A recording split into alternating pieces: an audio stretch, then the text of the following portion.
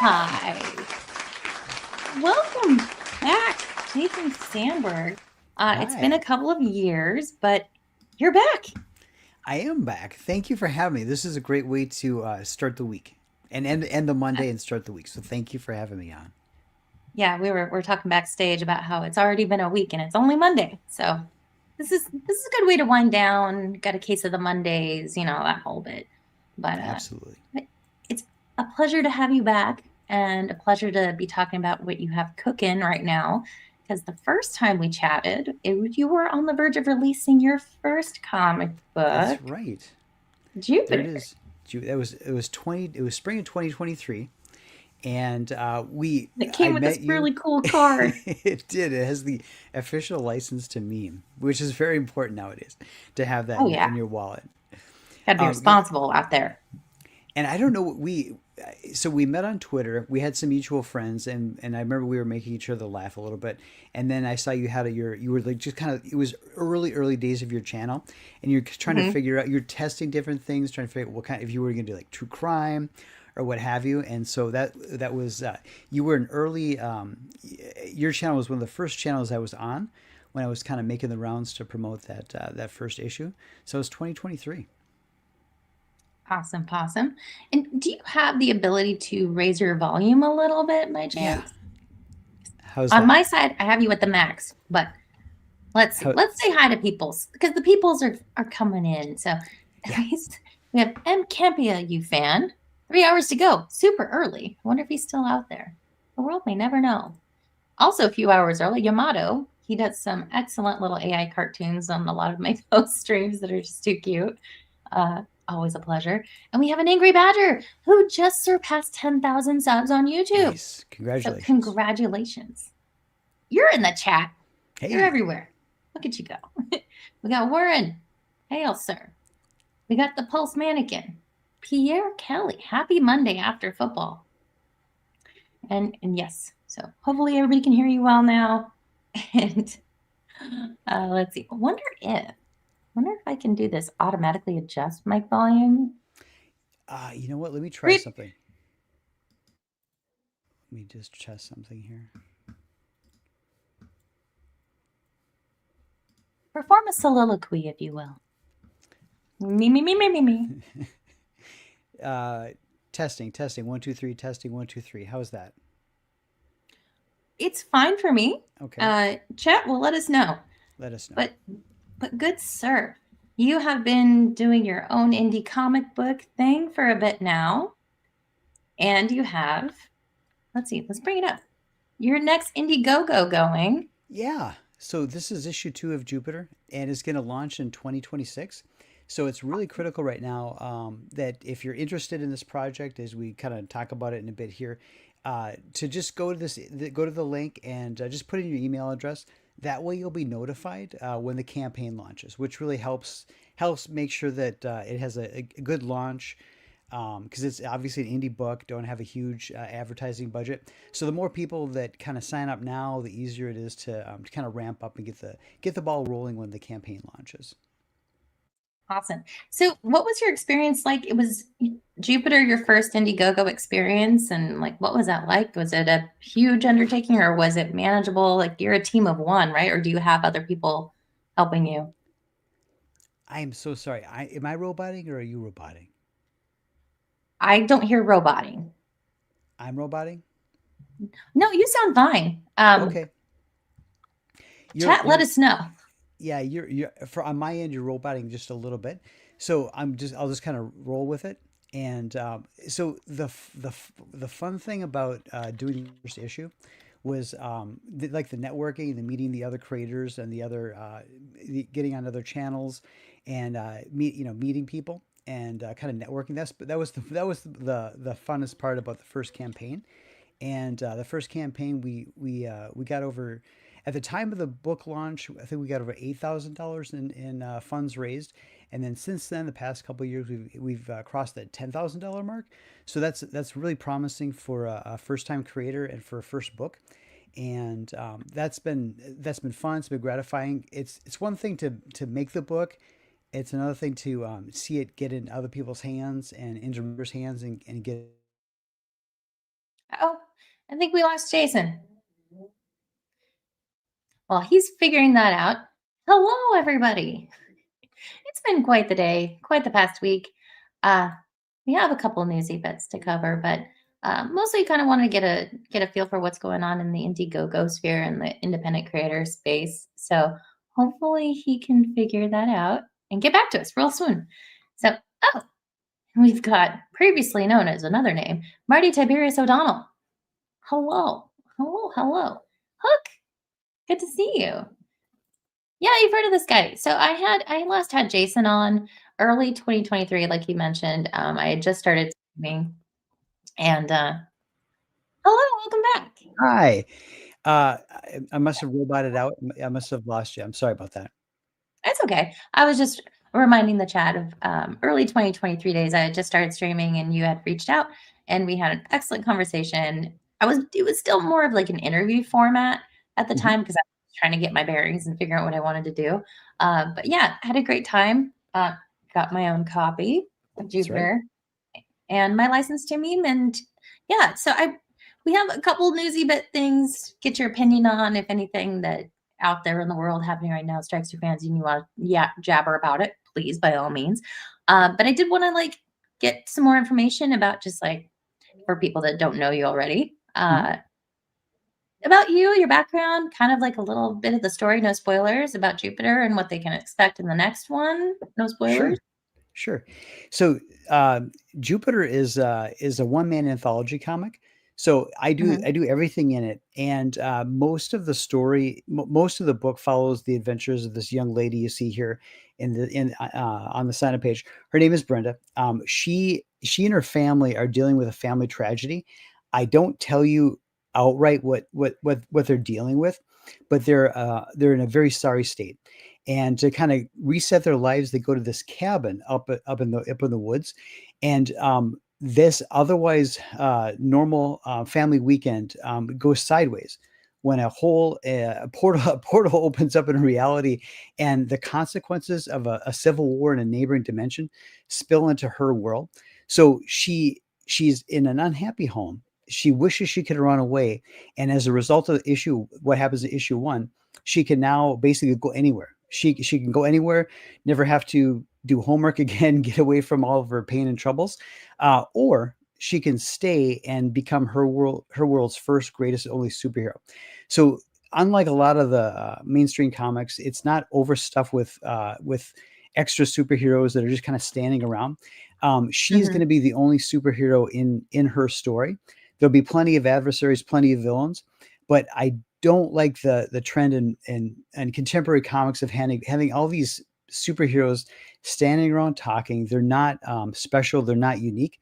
So she's going to be the sole hero of her story, and you get to kind of follow her on that journey. Okay. Before we go further, so I don't miss it, because I forget things, the Angry Badger gifted 5 Moxie Day memberships. Thank you so much, Angry Badger. Congratulations again, because that's a huge milestone that you just like surpassed today, and that's Nice. awesome. Eeny, meeny, miny, mo.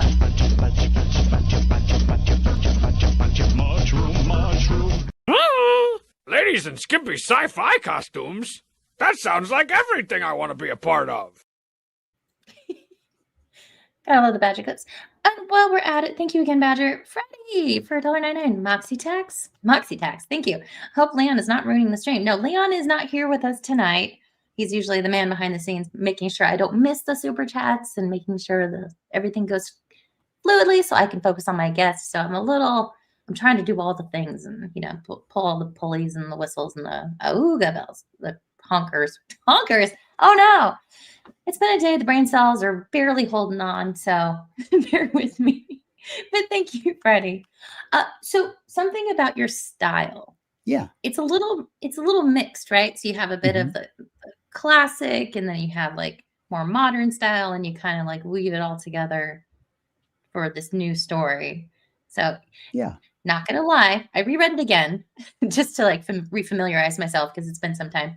It's like, wow, that's a trip.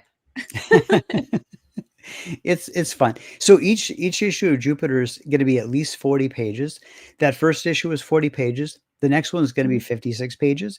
So that's like a huge canvas for me to work on. So in order to keep things interesting for myself, interesting for the reader, I will kind of change my art style based upon the needs of the story. In that first issue, there's as you may recall, there's like a 4-page kind of horror story, drawn in kind of like a Disney style, bit of a Disney style. There's elements of European comics like Mobius and heavy metal. There's work that kind of echoes classic Silver Age comics, and then there's the modern illustrative style. So I get to change my art style to fit the needs of the story and kind of keep it fresh for myself and for the reader. Are we going to see more of what you do with the story? Because you have the main story with Brenda, and then you have some of this other like surreal, different art and like comedic elements to it too, like the cat vacuuming the flying carpet. Yep. The cat and those kids show up in they're in issue 2. The cat and the little boy in the sailor outfit and the little girl with the red hair. Yep. They show up in the second issue as well. Awesome. So here's a little teaser, and that's kind of the cliffhanger, because it's like you're just like, okay, we're moving, and then wait, what? Yep. So we're gonna get a little bit more. So have you like storyboarded this out to like, you have a plan overall? Do you have an estimate as far as how many issues to tell the full story? So my intent is to put out an issue of Jupiter about every year and a half to 2 years until I quote unquote retire from my day job, and then I plan to do 2 or 3 a year for. So this is going to keep going. This main story with Brenda and her hero's journey, that's going to be about. I have it in a binder behind me. It is thumbnailed and structured out to be about 20 installments of 20 pages. As I get each issue done and I look at like the next issue, I'm taking those chapters and I'm trying to condense them down, make it more exciting. So I don't know if it'll end up being an additional 10 issues or 8 issues to tell this first installment, but then I have plans for what's going to happen down the road consequently. So this is a great opportunity if you love the medium of comic books, but you don't want to be bogged down by all kinds of continuity and world building and things like that. Jupiter is a good entry point, a good opportunity for you to enjoy comics, enjoy superheroics without all the baloney from the mainstream, and kind of get in on the ground floor. Have you spoken to anybody who like this was kind of their introduction, or is it primarily long-term fans of comics that are looking for some like refreshment or like something new or something that reminds them of the older times? Like, because I don't know, I think I said this to you the first time. Historically, comics haven't been my thing. But have you been able to reach new audiences, or are you finding more of like the classic appreciators?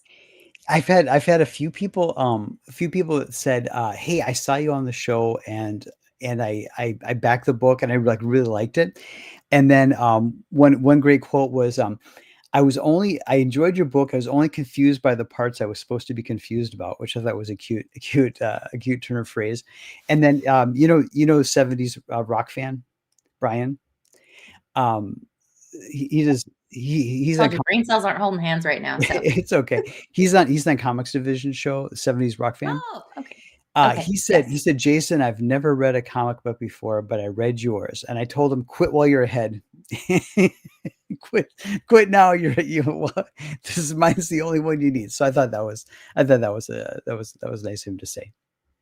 Do you think that there's been a resurgence? I saw like was it a couple months back that people were posting pictures of like comic book stands in like their local gas station, or like there has been more of a push recently to get a new audience, the younger audience, into the world of comics. I mean, I think the older folks, myself included, I'm one of the olds, especially the guys who enjoyed doing like getting the latest copy at whatever store they went to as a kid.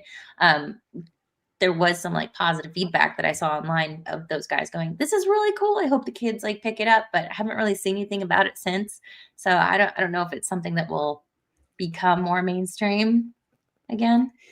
What I'm really encouraged by is Mm-hmm. the growth and popularity of manga, because Mm-hmm. in my mind that instills like a love of the medium, broadly speaking.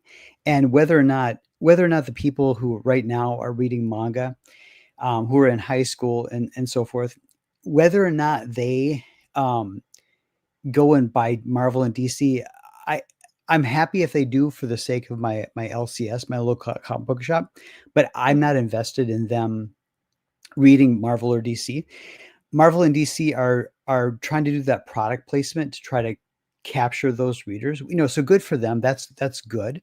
But I do believe that the millions of people in their teens and 20s who are reading manga now are going to continue to love the medium, and eventually all roads lead to Rome. So they're going to find Mike Barron's Nexus. They're going to find Jim Starlin's Dreadstar. They're going to find books like mine, like Jupiter. So I think there's going to be a healthy, growing audience just based upon just the sheer volume of people that are reading manga and the accessibility of manga. So I think I'm actually pretty optimistic. Nice. Do you, I mean, a lot of manga readers, they also enjoy anime, and that's kind of been gaining more popularity over the last 20 years or so. And there's some controversy around it becoming more mainstream, and the people that want to protect it and keep it what it was versus like, oh, it's not for the normies, keep it pure. What do you have any opinions on that as far as like niche things that are brilliant and then just like gatekeeping to keep the normies out and spoiling it for the hardcore? I am I'm not personally invested, but Mm, I do understand the need to keep things quirky, keep things true to themselves. And so the closest I can come to this is that I I was I read Marvel comics for like the 70s, 80s, and 90s, and there were so many great writers, great writers, great ideas, great world building. And when Marvel as a studio became like a juggernaut, it was very mm, disheartening that I didn't see the writers like Roger Stern and so forth. I didn't see them getting tapped to work on the movies. And instead it mm, was ladder climbing, connected people in Hollywood that were getting the showrunner jobs and the writer jobs. I think that's the closest I come to that feeling of wanting to gatekeep. So yeah, I am in favor. I am in favor of gatekeeping. I'm just not directly involved with the anime.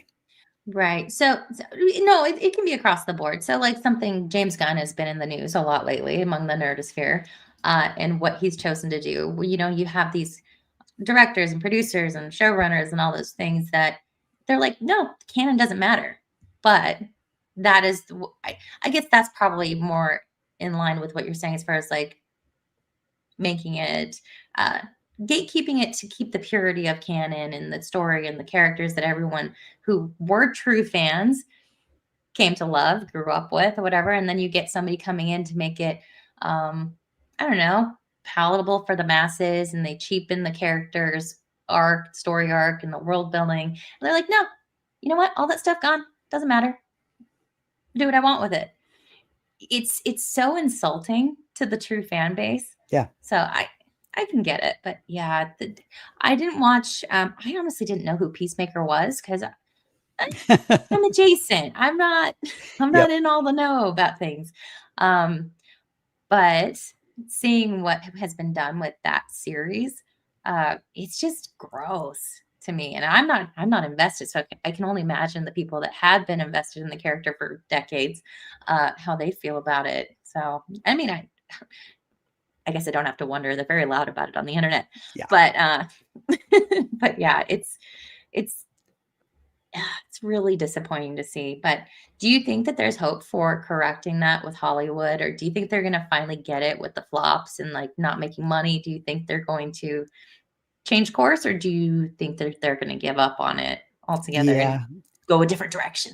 I think that what I hope is going to happen is that the gold rush mentality will collapse, will play itself out, and I already sense that the movie studios are seeing a better ROI like on horror movies.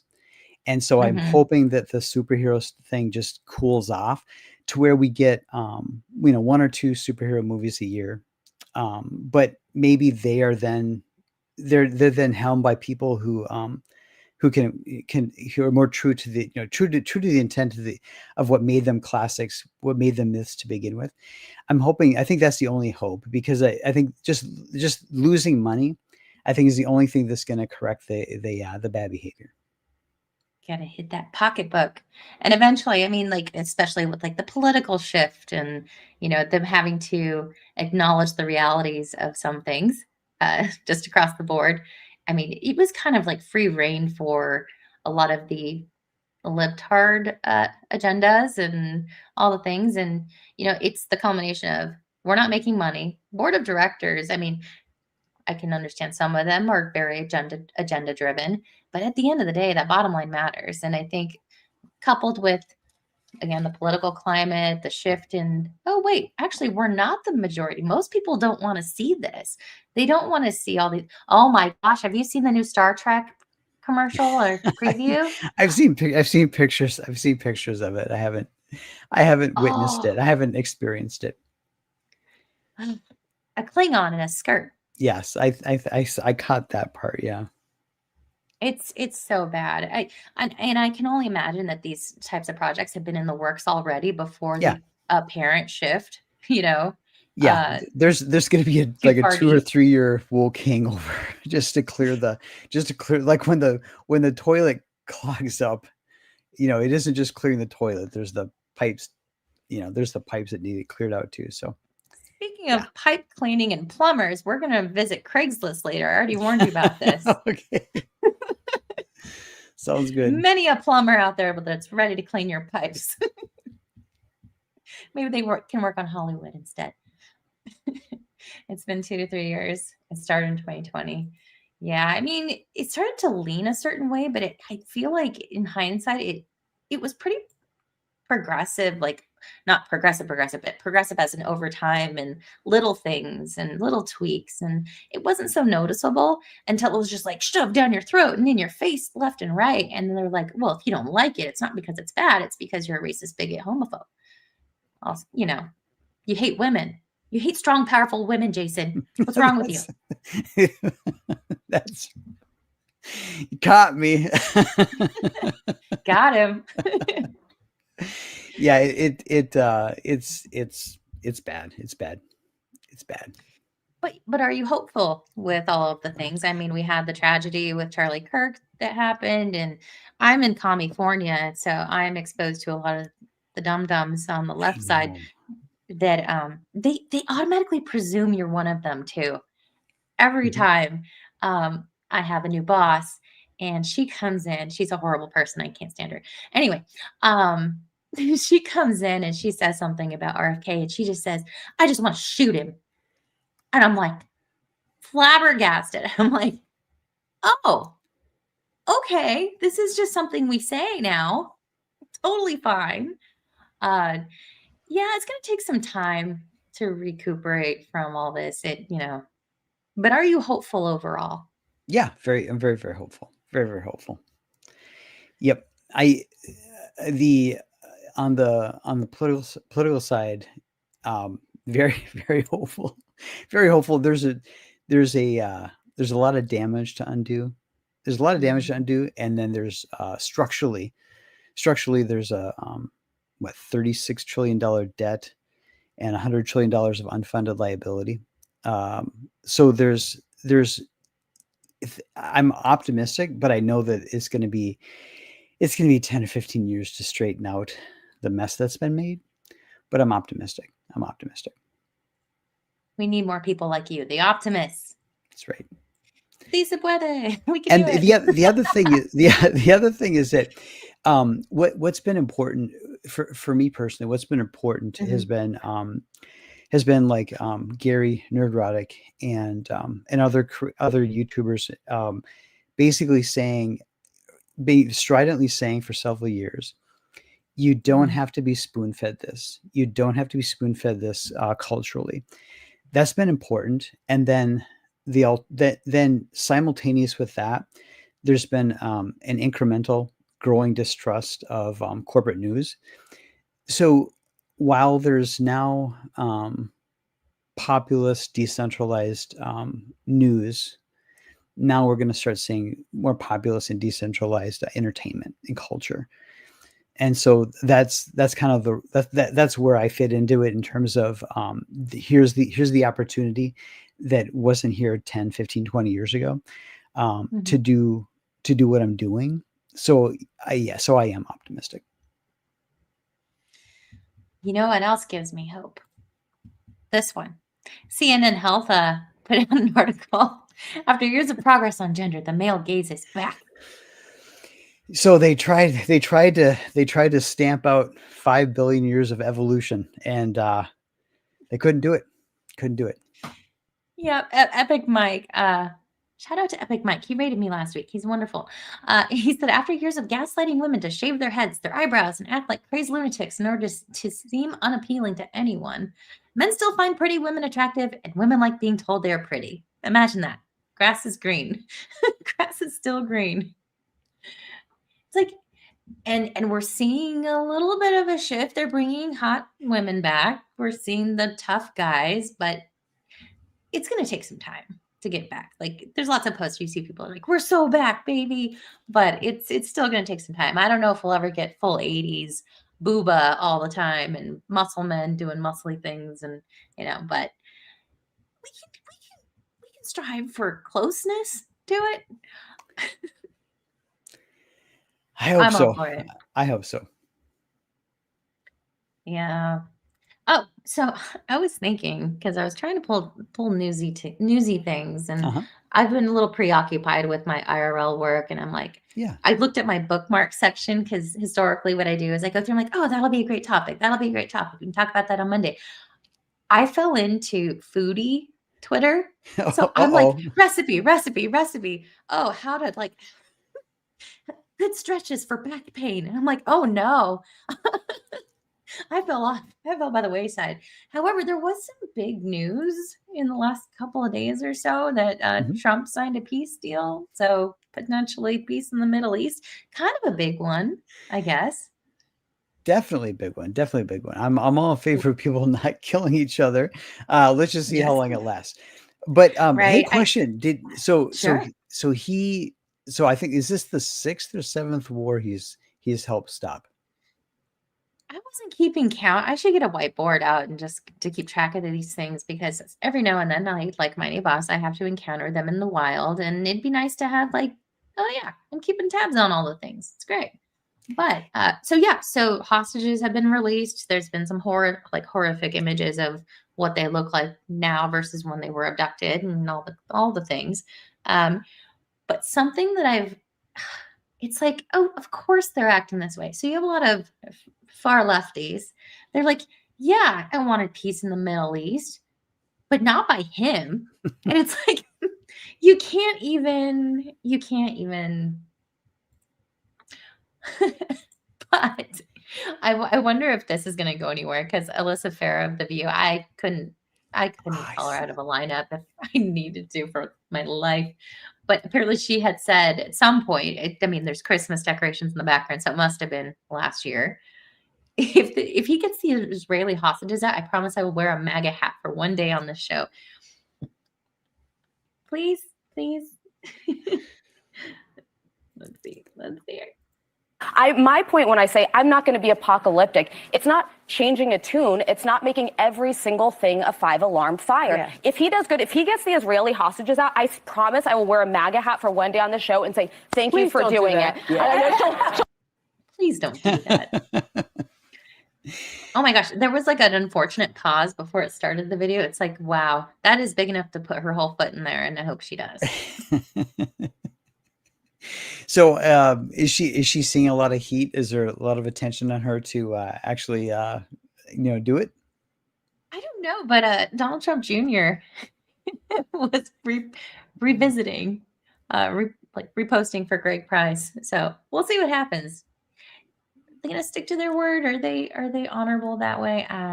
It's when they anytime someone can admit that they were wrong, and anytime anybody can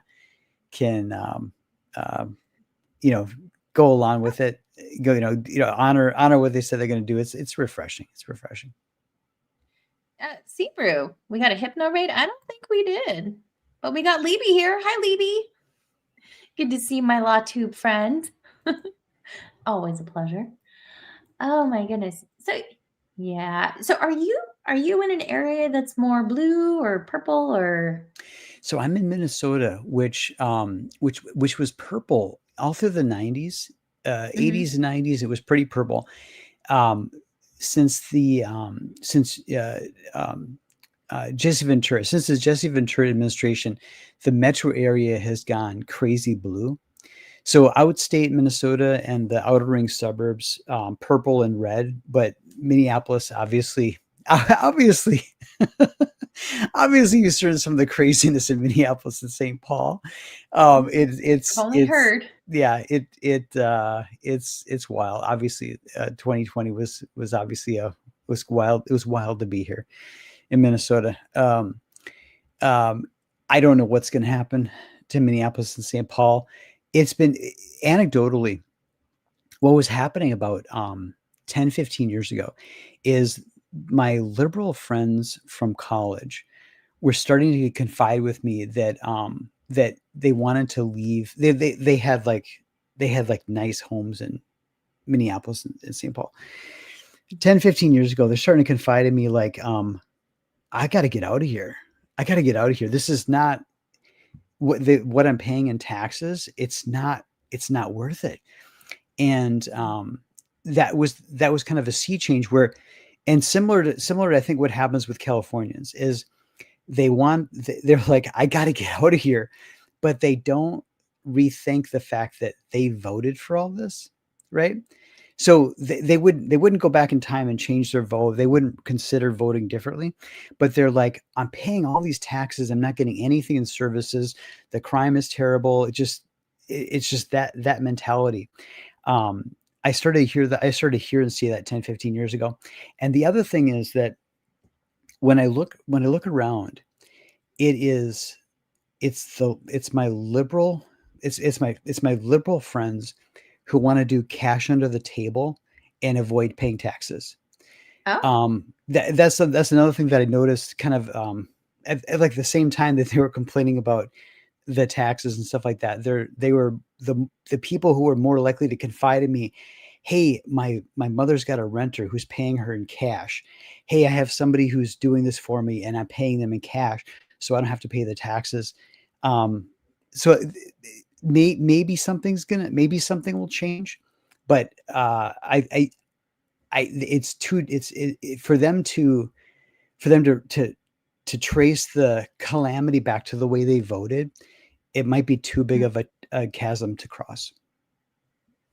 Yeah, it's unfortunate with California because, I mean, aside from the two blueberries, it's a very red state, and they've realized that, I think, because they're really pushing for the redistricting to prevent Donald Trump from stealing an election. It's like, oh, I see I see these political commercials, and it's like, you're not even lying well. Like, what are you doing? It's just, it's amazing. And then back to back. So you have the Dem side commercial, and then you have the Republican side commercial, all accusing, all like the Spider-Man meme, like pointing at each other. It's like, what are you doing? But yeah, I think there was a big wake-up call, and there's a woman that's going for the governorship in California, and she's just a terrible person. She doesn't even hide it. I'm sorry? Katie Poyer? Is that her name? She looks like a potato with a wig. Or a thumb. I don't know. I can't decide. One of the two. It's not a compliment. But yeah, I mean, I just watched a video of her like on like a Zoom call interview, and she's like yelling at a staffer from behind her to get out of her effing shot. It's like, no, she's trying to save you because you're saying the wrong thing, you numb nut. Like, but there's also statements from her saying, "Oh yeah, basically, I'm not worried about it. I've been guaranteed the win." It's like, "Oh yeah, have you been guaranteed the win here, lady?" Yeah, it's so screwy. Do you remember the Stephen King movie Misery? Yes. Wouldn't she be great as great casting for the Annie Yeah. and I can see it. that role? Hold my dual shock in there, viewers just joined. Thank you, Raiders. Hello, Doolies. Welcome, welcome. Come on in. Say hello to Jason. He's been here before. Hello. We're old friends. We go way back. But yeah, we're talking about politics and how people suck. You know what else sucks? I don't know if you saw it. I hardly ever go to the movies anymore. But apparently Tron Ares really didn't do it for the box office this weekend. That's And what I hear. I heard on good authority that shocking, Jared Leto was like the most exciting part of it. If he's the most exciting part of it, it kind of tells you something. So what is this? Is this does Tron like come out of the Wi-Fi in this one? Like, because I know the one from like 10 years ago, he came in through a modem. Legacy? Yeah, I think so. I think was that a modem on that one, or dial-up? So this one is at Wi-Fi. Is that what happens? I don't know. I don't know that side of it. I didn't see the movie. I don't even know if I'm going to watch it when it comes out on streaming. Maybe I will, just to like feel like one of the cool kids that suffered. But yeah, Tron's not even in the movie. He's not even in it. So my personal history with Tron is it was one of those. It was a pretty good movie. The first one was pretty good. The issue was it was one of like 4 or 5 movies that we had on VCR. So like my brother was playing it all the time. So I got like, oh, I got Tron Overkill. So I had like absolutely no desire. I have no desire to ever. I've got no nostalgia. I've got no desire to watch the first one. I didn't want to watch the dial-up one. I don't want to watch the I want to watch the Wi-Fi one. But I do find it interesting that that they keep doing the Leto. They keep banking on Leto. It's pretty wild.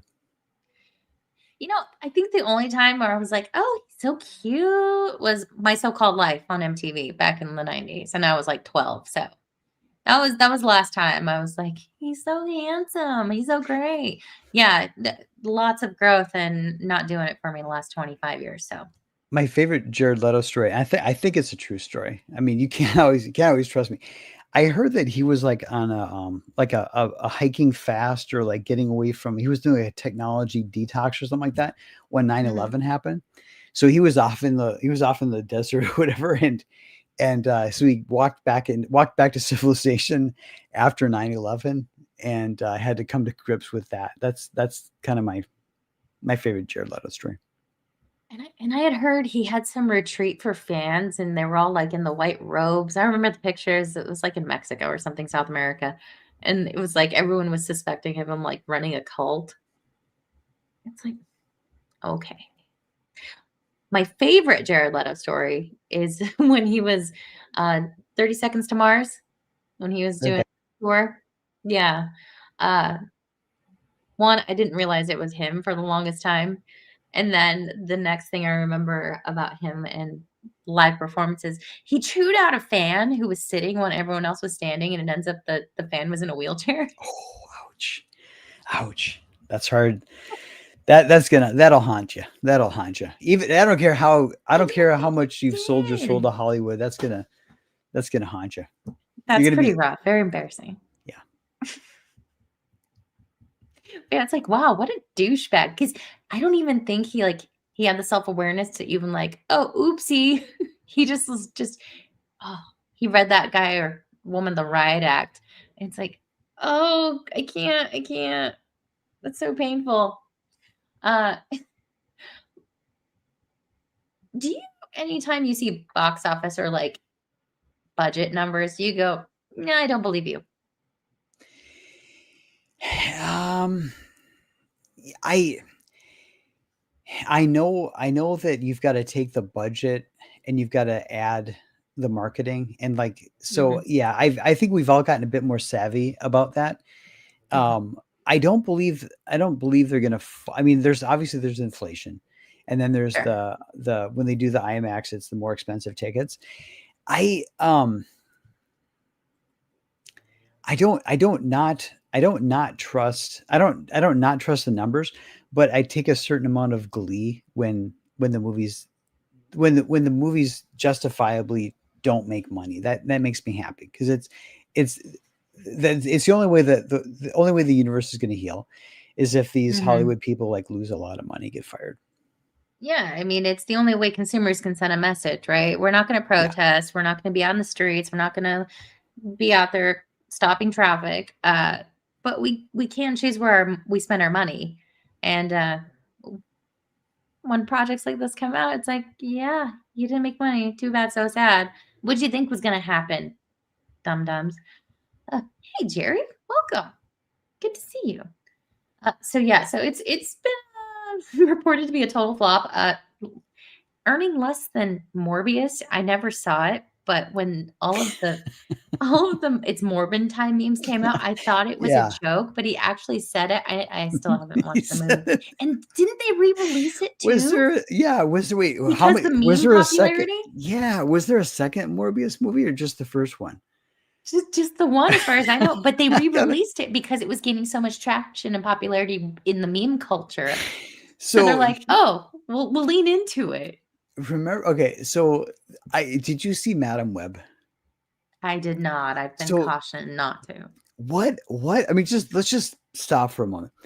What a wild world we live in where there have been so many of these like super big budget movies that are laughably bad and we haven't even seen them. I mean that isn't that just like a hallmark of abundance, of like hyper abundance, that there's big budget colossal movies that are laughably bad that we haven't even had time to watch yet.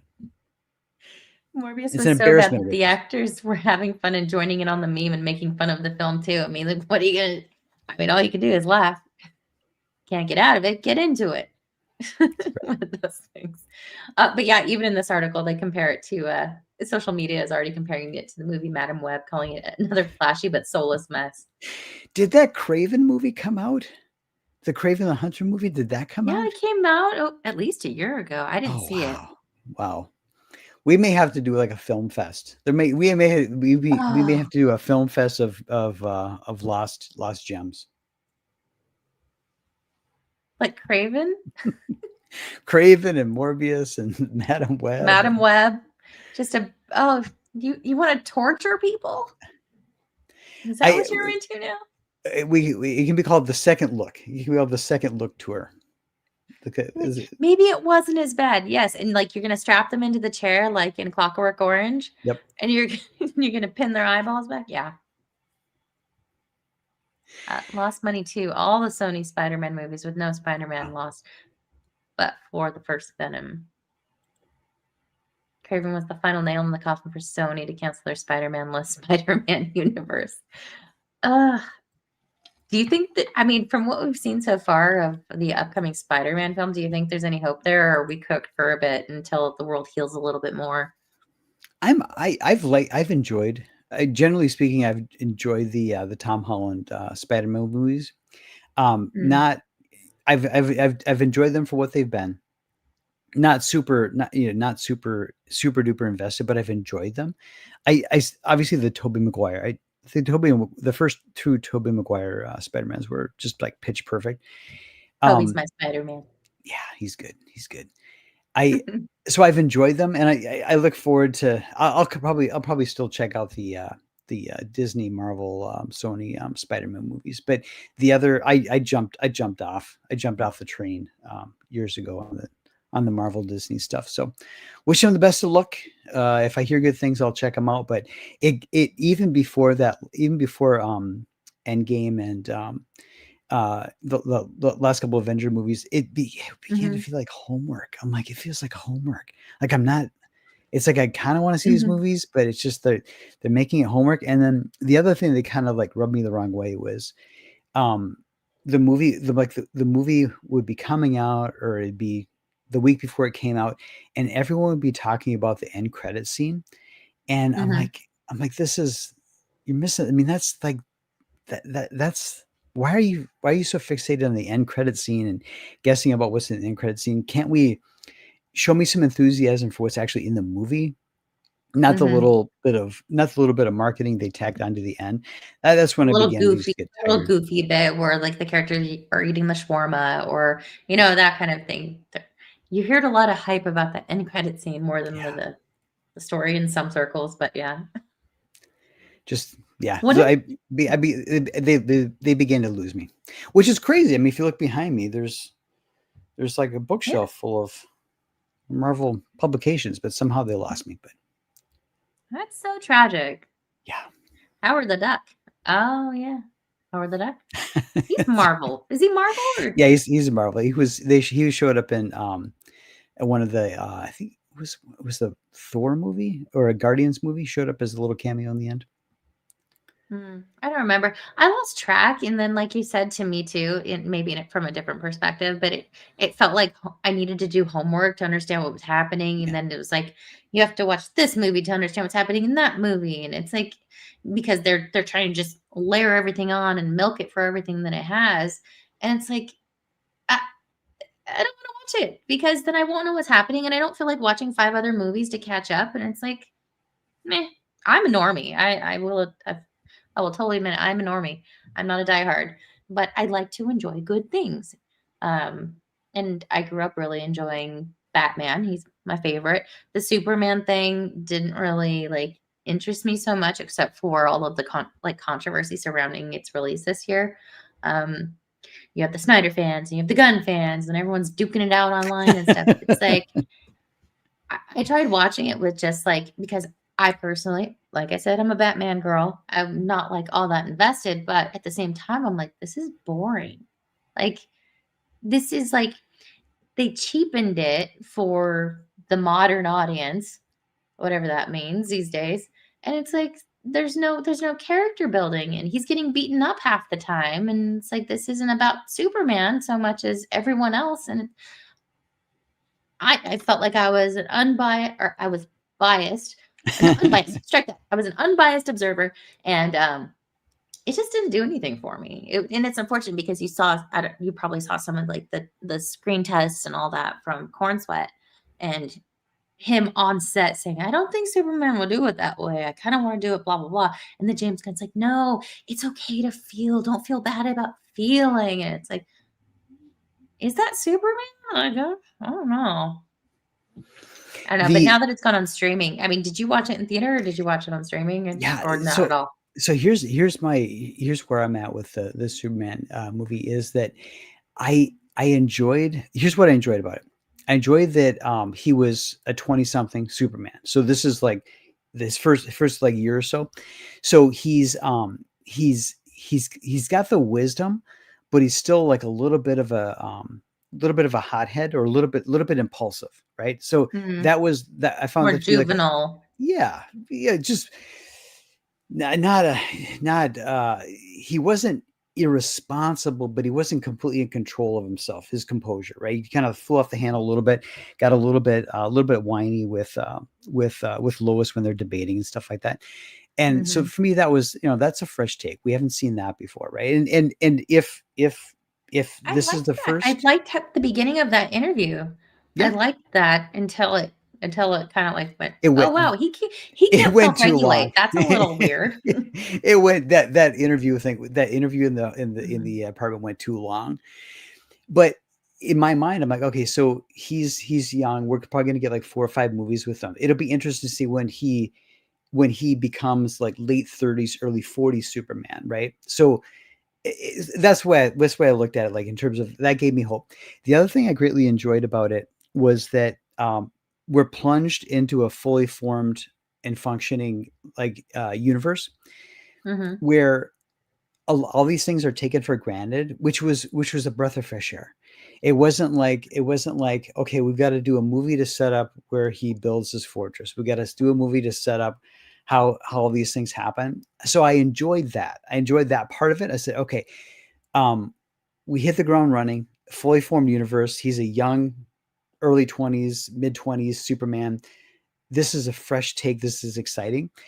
So I enjoyed the movie. It wasn't perfect. But it was Did you like the Snyder Superman?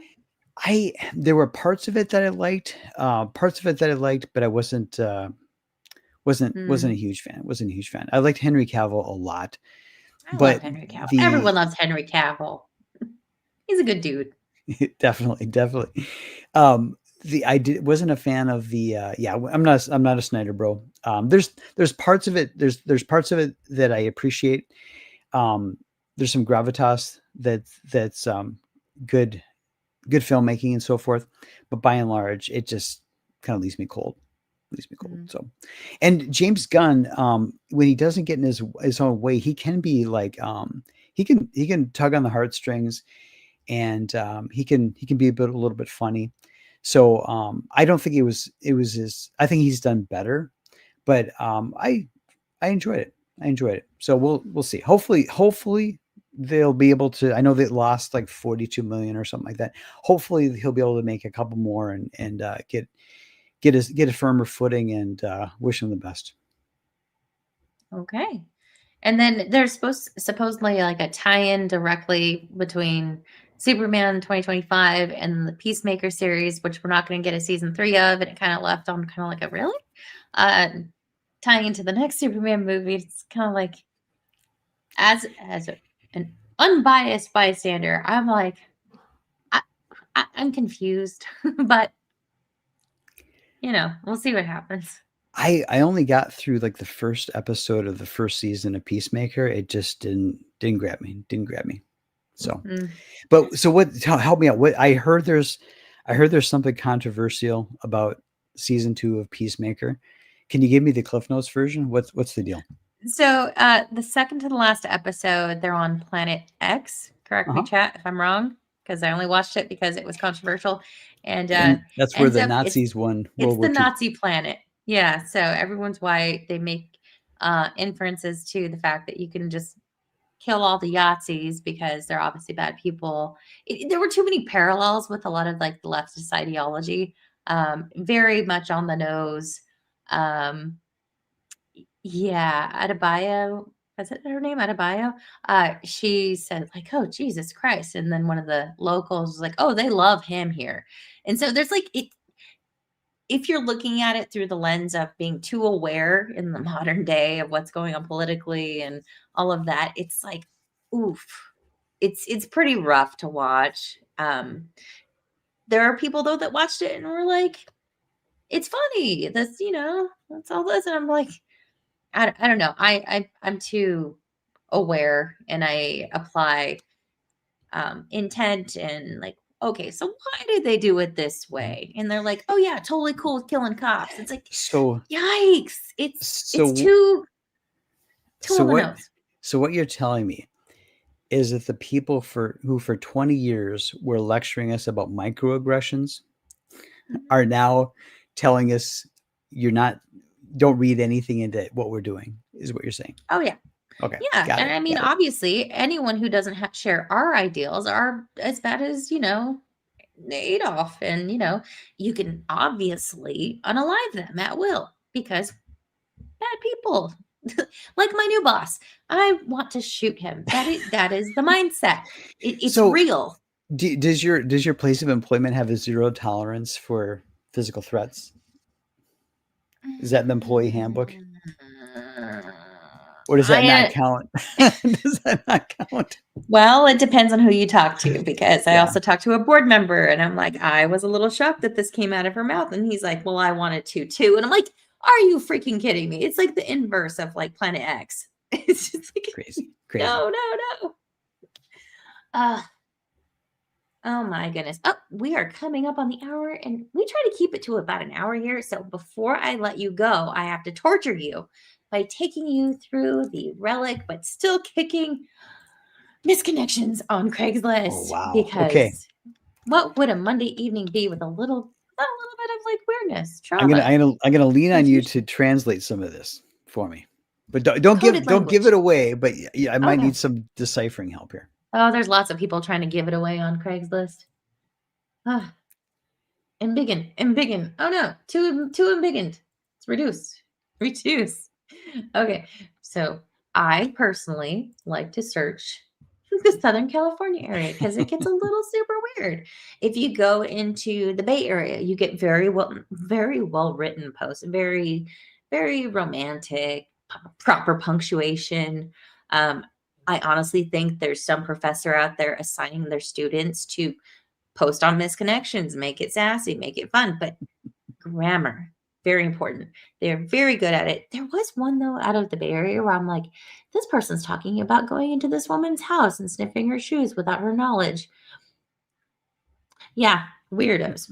Anyhow, so this gives us a little bit of the flavor of what people are looking for. Oh, a flute player, you say? I can guess what that is. I'm It's just a gonna little guess. on the nose. Yeah. That one's easy. Even I can get. Even Okay, according to a young man like me, can get that one. Hold on. This only was posted 20 minutes ago, so it may have gotten. Oh, okay. I was gonna say it could have gotten past the filters. Flute player. Hi, Oh. I'm looking to practice my flute playing skills on a regular basis. I can host. So nice. Working. Did you play an instrument growing up for band or? Did not have no musical skills at all. It's all my skills are artistic. I can't sing, can't dance. They would not even let me play the triangle in orchestra class. Oh, that just reminds me. There was another thing that was controversial about the Peacemaker last couple episodes, and also the Fortnite skin of Peacemaker and the dance that he does, and it's like this thing, and they're like, oh, it's obviously a Nazi symbol. Oh, It's yeah. I'm sure you could do that dance if you tried hard enough. I played the clarinet when I was in 4th and 5th grade. Nice. So. Skills. It's okay. That was mild. Birthday girl. Oh, looking for something. Missing buddy, let's binge watch Star Trek. How appropriate. Looking to hang out and binge Star Trek. You should show up. Can do early or late, but prefer late. So bring yourself. I'll supply the drinks. You kick back and I think do all the work. Big helps me figure it out. What does that mean? Decipher. Enhance. I don't know. I don't know, but it's in Hollywood near Whitley Heights and Little Armenia. So missing buddy.